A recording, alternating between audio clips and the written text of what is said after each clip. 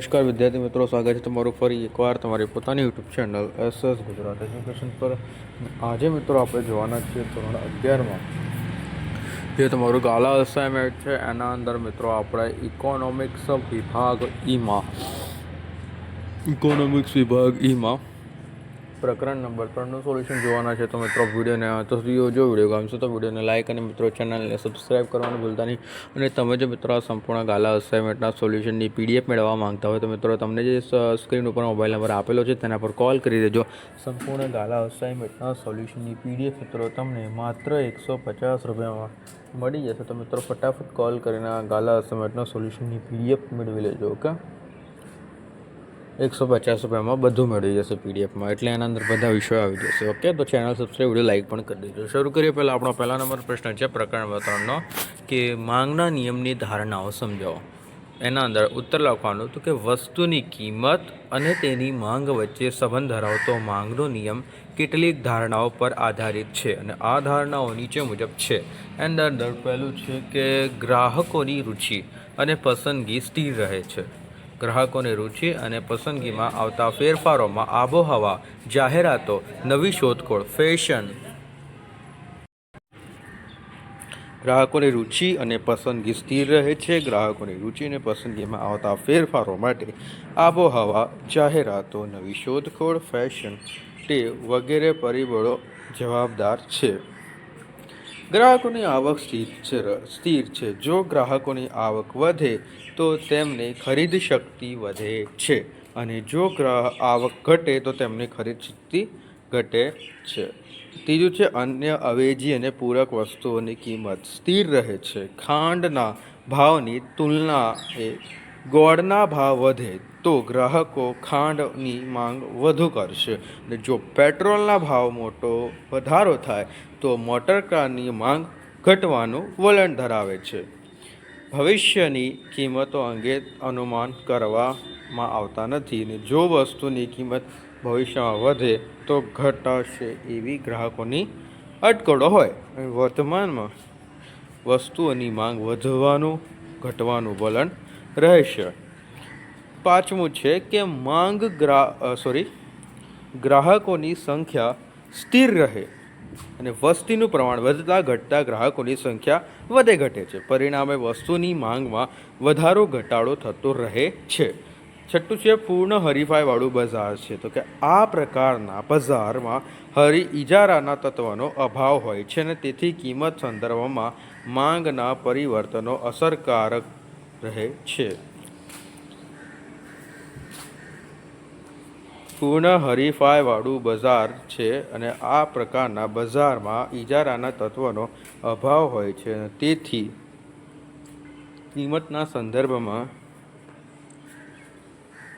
માંગના પરિવર્તનો અસરકારક રહે છે. બીજું છે માંગની મૂલ્ય સાપેક્ષતા માપવાની કુલ ખર્ચની રીતો સમજાવો. તો કુલ ખર્ચની રીતમાં માંગની કિંમત સાપેક્ષતા માપવા માટે વસ્તુની કિંમત બદલવાથી તેની ખરીદી માટે થનાર કુલ ખર્ચમાં થતો ફેરફાર ધ્યાનમાં લેવાય છે. કુલ ખર્ચ બરોબર વસ્તુની કિંમત ગુણ્યા વસ્તુની માંગ.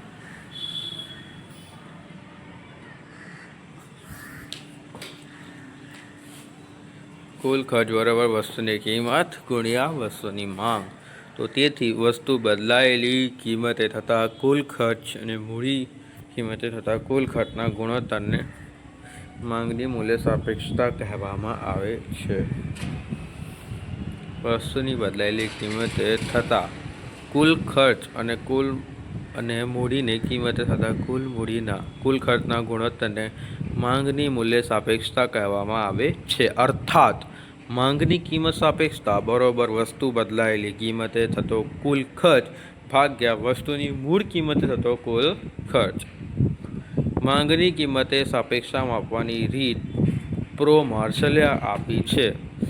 માંગની અનુસૂચિ મુજબ કુલ ખર્ચના સંદર્ભમાં માંગની કિંમત સાપેક્ષતા નીચે મુજબ માપવામાં આવે છે. માંગની કિંમત સાપેક્ષતા માપવાની રીત પ્રો માર્શલે આપી છે. અને માંગની અનુસૂચિ મુજબ કુલ ખર્ચના સંદર્ભમાં માંગની કિંમત સાપેક્ષતા નીચે મુજબ આપવામાં આવે છે. એકમ દીઠ કિંમત, માંગ, કુલ ખર્ચ અને માંગની કિંમત સાપેક્ષતા. પહેલું 4:2.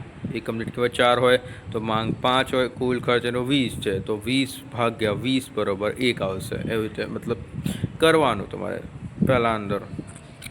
કોષ્ટક પોતાની રીતે જોઈ લેજો. ઓકે. ના પેલો પહેલા નંબરનું છે, જો કિંમત ફેરફાર થતાં ગ્રાહકનું કુલ ખર્ચ સ્થિર રહેતું હોય તો એટલે કે બદલાતું ન હોય તો તે વસ્તુની માંગ એકમ મૂલ્ય સાપેક્ષ માંગ છે એમ કહેવાય અને અહીં મૂલ્ય સાપેક્ષતાનું મૂલ્ય 1 થશે. પછી છે બીજું, જો કિંમત ઘટવાથી ગ્રાહકનો કુલ ખર્ચ વધે છે તો વસ્તુની માંગ મૂલ્ય સાપેક્ષતા છે એમ કહેવાય ને અહીં મૂલ્ય સાપેક્ષતાનું મૂલ્ય 1થી વધુ થશે. ત્રીજું છે, જો કિંમત ઘટવાથી ગ્રાહકનો કુલ ખર્ચ ઘટે છે તો વસ્તુની માંગ મૂલ્ય અંશેપ છે એમ કહેવાય અને અહીં મૂલ્ય સાપેક્ષતાનું મૂલ્ય 1થી ઓછું. હા, તો જો કિંમત ઘટવાથી ગ્રાહકનો કુલ ખર્ચ ઘટે છે તો વસ્તુની માંગ મૂલ્ય અંશેપ છે એમ કહેવાય ને અહીં મૂલ્ય સાપેક્ષતાનું મૂલ્ય 1થી ઓછું થશે. આ પદ્ધતિ વસ્તુની કિંમત અને માંગ વચ્ચે વ્યસ્ત સંબંધ ધ્યાનમાં લે છે અને સાથે સાથે તે બંનેના ફેરફારની કુલ ખર્ચમાં જે ફેરફાર થાય છે તેના આધારે તરીકે ગણીને માંગની મૂલ્ય સાપેક્ષતા સમજાવે છે. ત્રીજું છે, માંગની મૂલ્ય સાપેક્ષતા અને માંગની પ્રતિ મૂલ્ય સાપેક્ષતા વચ્ચેનો શું તફાવત સમજાવવાનું છે. તો એના અંદર મિત્રો લખવાનું માંગની મૂલ્ય સાપેક્ષતા, માંગની પ્રતિ મૂલ્ય સાપેક્ષતા.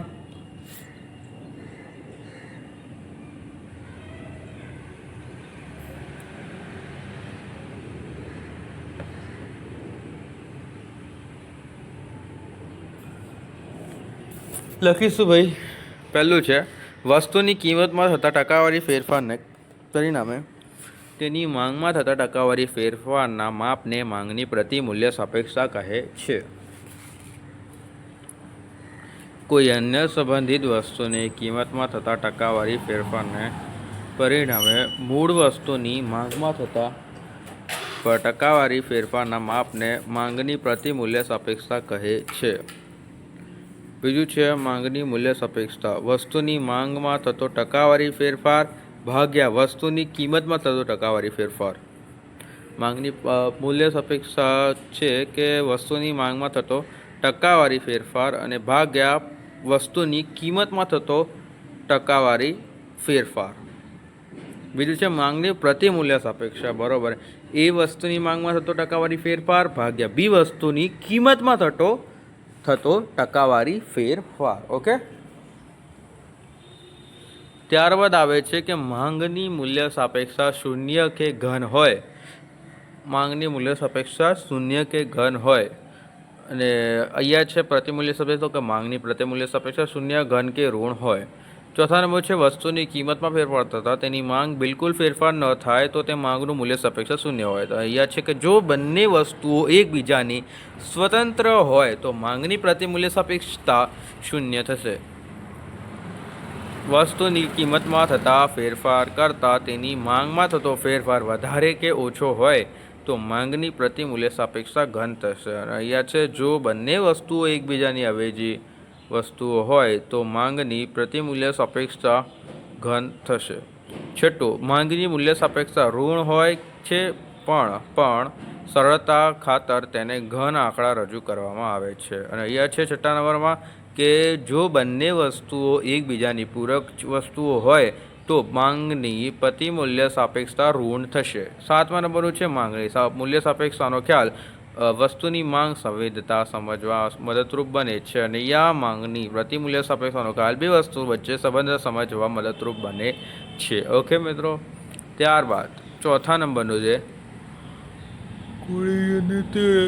બ્રાઉન નંગને पिट्ठे पछा जरा मत तेरे नंग घोड़ियन तेरे બ્રાઉન નંગન. એ ચોથા નંબરનો પ્રશ્ન જોતા પહેલાં મિત્રો તમે જો આ સંપૂર્ણ ગાલા અસાઇનમેન્ટના સોલ્યુશનની PDF મેળવવા માંગતા હોય તો તમને મિત્રો સ્ક્રીન ઉપર મોબાઈલ નંબર આપેલો છે તેના પર કોલ કરી દેજો. સંપૂર્ણ ગાલા અસાઇનમેન્ટના સોલ્યુશનની PDF મિત્રો તમને માત્ર 150 રૂપિયામાં મળી જવાની છે. તો ફટાફટ કોલ કરીને આ સંપૂર્ણ ગાલા અસાઇનમેન્ટના સોલ્યુશનની PDF મેળવી લેજો. ઓકે, તો અને ચેનલને સબસ્ક્રાઈબ કરી દેજો જો ચેનલ પર નવા આવ્યા હોય, અને વિડીયોને લાઈક મિત્રો કરી દેજો. ઓકે, ફટાફટ લાઈક, ચેનલ સબસ્ક્રાઈબ કરી જ દેવું. તો શરૂ કરીએ મિત્રો આપણે આજનું સોલ્યુશન. અને એ સોલ્યુશન જોતા પહેલાં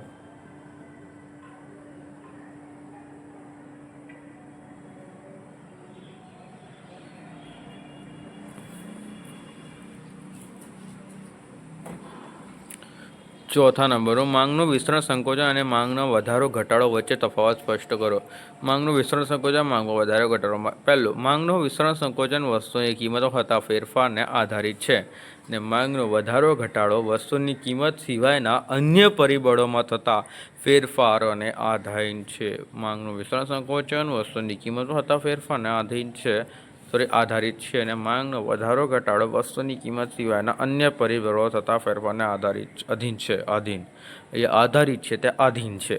અહીંયા બીજું નંબરનું કે માંગનું વિસ્તરણ સંકોચન કિંમત સિવાયના અન્ય પરિબળો સ્થિર રહે છે. અને માંગનો વધારો ઘટાડો તો કે માંગનો વધારા ઘટાડાની કિંમત સ્થિર રહે છે, પરંતુ અન્ય પરિબળો ફેરફાર થાય છે. અહીંયા છે કે ત્રીજું, માંગના વિસ્તરણ સંકોચન માંગ રેખા બદલાતી નથી, પરંતુ માંગ રેખા પર સંતુલન બિંદુઓ બદલાય છે.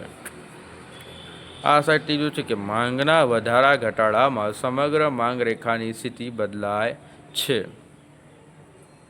માંગનું વિસ્તરણ સંકોચન એ એક જ માંગ રેખા પરથી હિલચાલ છે. અને એ ચોથા નંબરનું છે કે માંગના વધારો ઘટાડો એ એક જ માંગના રેખા પર દર્શાવતું શક્ય હોતું નથી, અને માંગ વધારો દર્શાવવા માંગ રેખા પોતાના સ્થાનથી જમણી બાજુએ અને ઘટાડો દર્શાવવામાં પોતાના સ્થાનની ડાબી બાજુએ ખસે છે. આ ભાઈ આકૃતિ તમે તમારી રીતે જોઈ લેજો મિત્રો. યાર બતાવી દો. 1 મિનિટ ઊભો રહેજો બસ.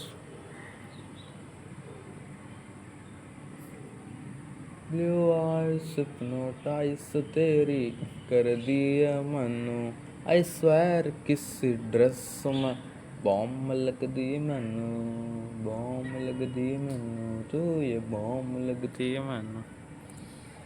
પાંચમા નંબરનું માંગની મૂલ્ય સાપેક્ષતાના પ્રકારો ઉદાહરણ દ્વારા સમજાવો. તો કે માંગની મૂલ્ય સાપેક્ષતાના પ્રકાર વસ્તુની કિંમતમાં ફેરફાર થતા વસ્તુની માંગમાં કયા દરે ફેરફાર થાય છે તેના આધારે માંગની મૂલ્ય સાપેક્ષતા 5 પ્રકાર નીચે મુજબ છે.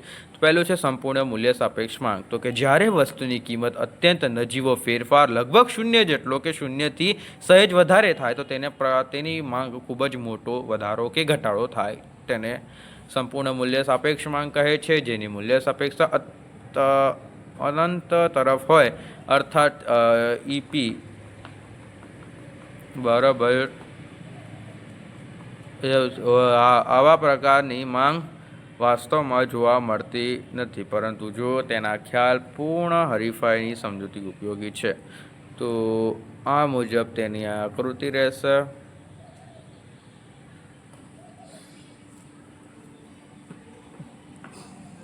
આકૃતિમાં દર્શાવ્યા મુજબ વસ્તુ એક્સની કિંમત 4 રૂપિયા છે તો તેની માંગ 50 એકમ છે. વસ્તુ કિંમત 4 યથાવત રહેતા છતાં તેની માંગ 50 એકમથી વધીને 150 એકમ થાય તો તે કિંમતમાં બિલકુલ ફેરફાર એટલે કે 0% થતો નથી, પણ માંગમાં 200% વધારો થાય છે. અને માંગની મૂલ્ય સાપેક્ષતા P બરાબર 200% ભાગ્યા 200% ભાગ્યા 0 એટલે યથાવત રહે છે. અને સંપૂર્ણ મૂલ્ય સાપેક્ષ માંગ રેખા આડી ધરી એક્સ અક્ષને સમાંતર હોય છે. મિત્રો આથી આ વિડીયો કમ્પ્લીટ થાય છે. વિડીયો ગમે તો વિડીયોને લાઇક અને મિત્રો ચેનલને સબસ્ક્રાઈબ કરવાનું ભૂલતા નહીં. અને તમે જો આ સંપૂર્ણ ગાલા અસાઇનમેન્ટના સોલ્યુશનની PDF મેળવવા માંગતા હોય તો તમને મિત્રો જે મોબાઈલ નંબર આપેલો છે સ્ક્રીન ઉપર, તો એ સ્ક્રીન પર મોબાઈલ નંબર આપેલો છે તેના પર કોલ કરી દેજો. સંપૂર્ણ ગાલા અસાઇનમેન્ટના સોલ્યુશનની PDF મિત્રો તમને માત્ર 150 રૂપિયામાં મળી જવાની છે.